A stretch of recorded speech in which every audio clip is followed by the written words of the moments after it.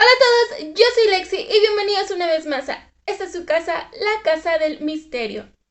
El día de hoy un nuevo video, esta vez la historia de Marlene Ochoa Uriostegui. Así que comenzamos.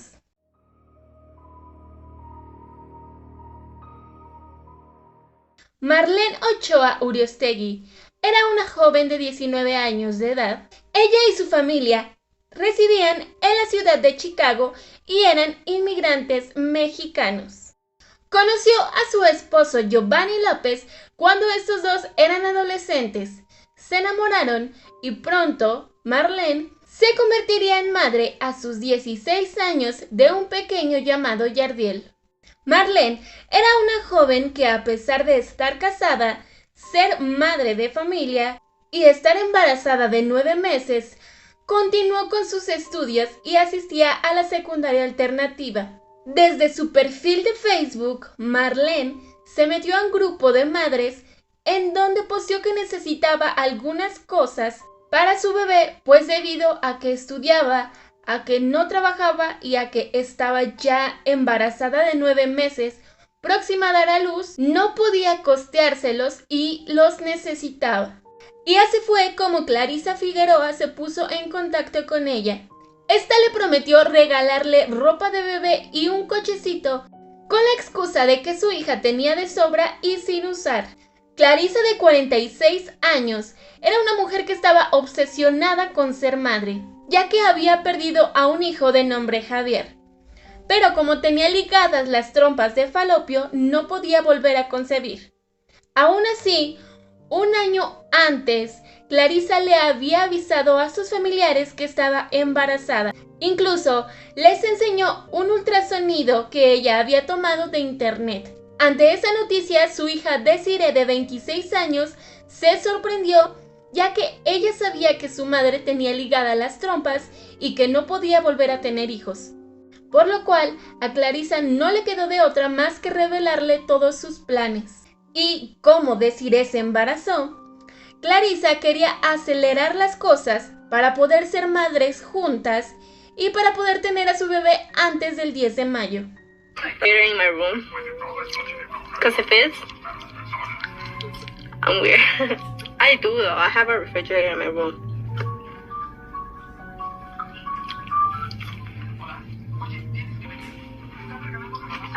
My pants are going off. El 23 de abril del 2019, por la mañana, aproximadamente a las 10:30, Marlene envió un mensaje de texto a su esposo en donde le comentaba que ella sentía que estaba por entrar en labor de parto. El esposo le preguntó si es que quería que pasara por ella. Sin embargo, Marlene le dijo que esperara. Pensó que Marlene le había dicho que esperara, seguramente porque todavía tenía que pasar por Yardiel, el hijo de 3 años, a la guardería después de que ella saliera de la secundaria. Sin embargo, saliendo de la secundaria, se pasó a la casa de Clarisa en su coche, un Honda Civic negro, para recoger la ropa que le había prometido. Al llegar a la casa, se dio cuenta que no nada más se encontraba Clarisa, sino que también estaba Desiree. Marlene se pasaría a la sala mientras mamá e hija permanecían en la cocina afinando todos los detalles de su plan. Finalmente salió Desiree de la cocina para hacerle compañía a Marlene y para entretenerla mostrándole fotos del hijo que había perdido Clarisa. Mientras Marlene se encontraba distraída viendo estas fotos, Clarisa llegó por atrás con un cable. Este lo pasaría alrededor del cuello de Marlene. Sin embargo, Marlene se resistió y puso sus dedos entre su cuello y el cable. Sin embargo, Desiree tomó sus manos y finalmente Marlene perdió la conciencia.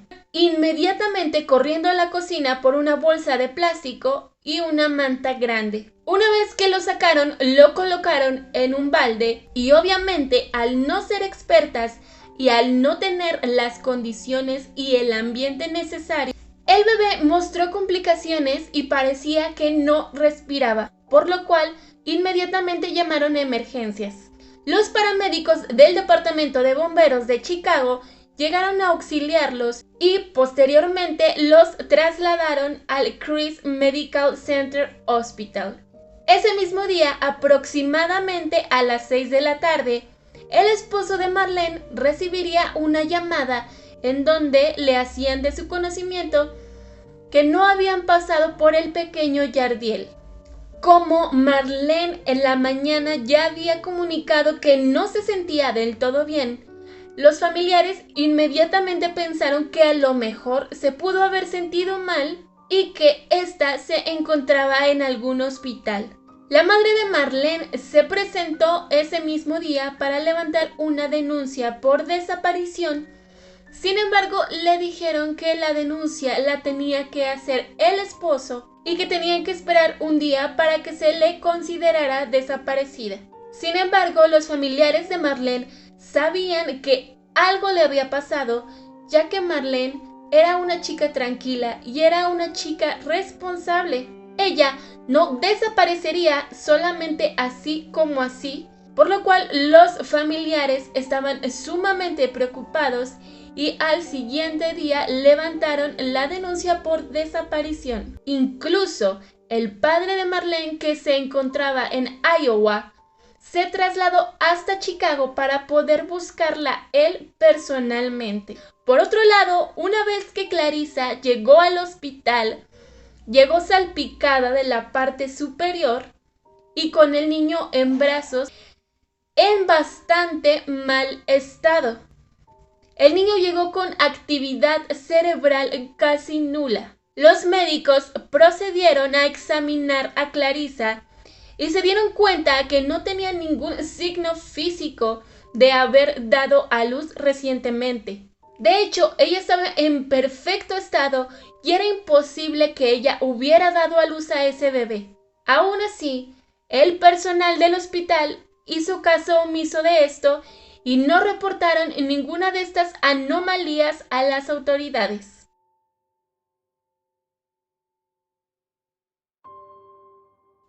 El dolor y la desesperación de los familiares de Marlene comenzaba, así como las múltiples pistas falsas sobre su paradero. Continuaron buscando en hospitales, pegando carteles, dando conferencias de prensa e incluso recibieron capturas, screenshots de el grupo al que pertenecía Marlene en Facebook, en el cual se veía que interactuaba mucho con una mujer de nombre Clarissa.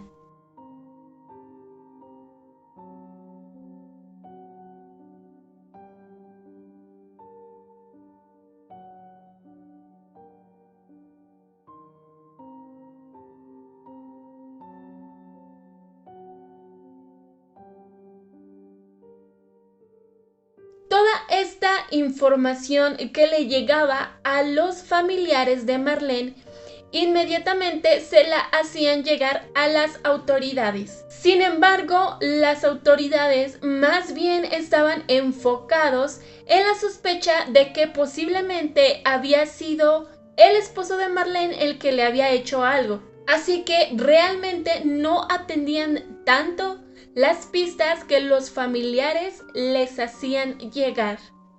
Los familiares tuvieron que vivir experiencias como recibir la mamá de Marlene una llamada de un hospital en donde se le decía que posiblemente allí estaba su hija, pero esto resultó ser falso. La llamada de un supuesto hotel en el cual le decían que había tomado a su hija y que estaban pidiendo dinero por ella, y varios testigos asegurando avistamientos. Sin embargo, también querían dinero. Los familiares de Marlene no veían mucha comunicación con la policía y por lo tanto el papá de Marlene decidió contratar a un investigador privado por 35 horas. Sobre todo decían que era difícil mantener la comunicación por la diferencia de idiomas, ya que se tenían que esperar a que pudieran contactar con ellos alguien que sí hablara español. Por su parte, Clarissa estuvo fingiendo ser la madre biológica del bebé. Todo esto en complicidad con su novio, Bobak, que tenía 40 años de edad. Esta se la pasaba todo el tiempo en el hospital con el bebé. Incluso entró a la página GoFundMe, una página para recaudar recursos en donde pedía donaciones, ya que su hijo estaba gravemente enfermo y necesitaba dinero para poder mantenerlo. A esta página también subió una foto con el bebé mientras el bebé se encontraba conectado. Clarissa estuvo tomándose fotos, posteándolas en Facebook, incluso estuvo tomando decisiones importantes durante el internamiento del bebé. 2 semanas después de que desapareció Marlene, las autoridades por fin prestaron atención a las capturas de pantalla del grupo de Facebook que les habían pasado los familiares y pudieron darse cuenta que Marlene estuvo interactuando mucho con Clarissa en este grupo. Igualmente, 2 semanas después de la desaparición, por fin el hospital Cruz Medical Center dio aviso a las autoridades de que tenían un problema con la custodia de un bebé que se encontraba en muy mal estado. Y esto solamente porque a un médico se le ocurrió llegar con el trabajador social y preguntarle qué se iba a hacer con la situación de ese bebé, ya que posiblemente Clarissa no era la mamá. El trabajador social no estaba enterado, así que inmediatamente llamó a las autoridades para preguntar cómo se debía proceder. En base a las capturas de pantalla de Facebook, las autoridades se dirigieron a la casa de Clarissa para interrogarla. Una vez que llegaron allí, no pudieron encontrarla, sino que se encontraba Desiree, que les dijo que su madre no estaba en casa, que estaba en el hospital debido a que recientemente había dado a luz. Cuando dejaron la casa de Clarissa, se pudieron percatar que el Honda Civic negro de Marlene se encontraba abandonado solamente a media cuadra de la casa de Clarissa. Sin embargo, como todo esto solamente era especulativo y nada era oficial, todavía no podían anunciar nada. Las autoridades, una vez en el hospital, interrogaron a Clarissa, que negó que Marlene hubiese pasado por su casa aquel día. Sin embargo, ese mismo día ella llegó al hospital con un bebé. De cualquier manera, las autoridades procedieron a someter al pequeño a una prueba de ADN, cotejándolo con el ADN de Giovanni, el esposo de Marlene, el cual por supuesto coincidió, y se pasó entonces la custodia oficialmente a Giovanni López. Después de este hallazgo, inmediatamente procedieron a registrar la casa de Clarissa. Cuando llegaron, los oficiales encontraron al novio de Clarissa limpiando una alfombra con una manguera y lejía. Cuando éste los vio, se sorprendió y aventó las cosas y se alejó.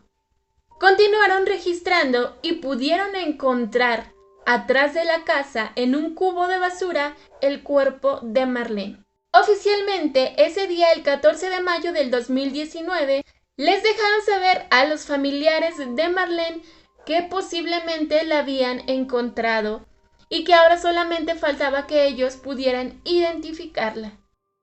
Se celebró el funeral de Marlene Ochoa Uriostegui el 23 de mayo del 2019. Clarissa, Desiree y Bobak fueron arrestados y condenados a 40 años de prisión.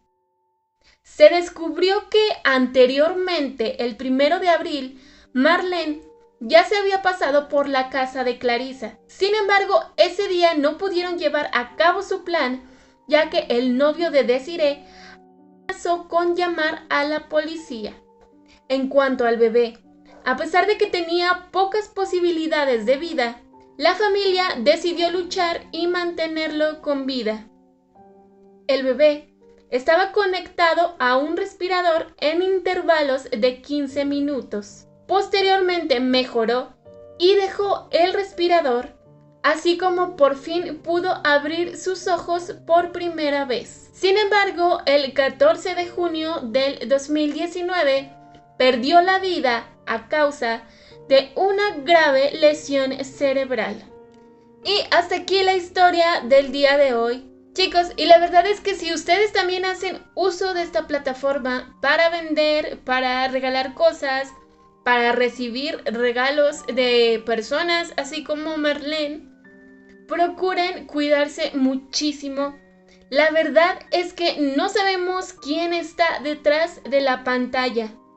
Así que procuren verse en lugares públicos, sobre todo en lugares que tengan seguridad, como alguna plaza o algo por el estilo. No vayan solos, vayan acompañados al menos de otra persona. Siempre avisen a sus familiares, a algún amigo o a alguien con quién van a ir, el nombre de con quién van a ir, la dirección en donde se van a encontrar. Incluso si pueden compartir la ubicación en tiempo real. Y si les insisten que ven a mi casa, niéguense por favor. Y si de plano ya es muy necesario, no vayan solos, vayan con alguien. Y de preferencia no se pasen a la casa. Y bueno, esto ha sido todo por el día de hoy. Muchas gracias por tu visita y por haberte quedado hasta el final. Recuerda brillar, brillar, brillar, aún en la más inmensa oscuridad. Y no te olvides de que tenemos una cita en el próximo video.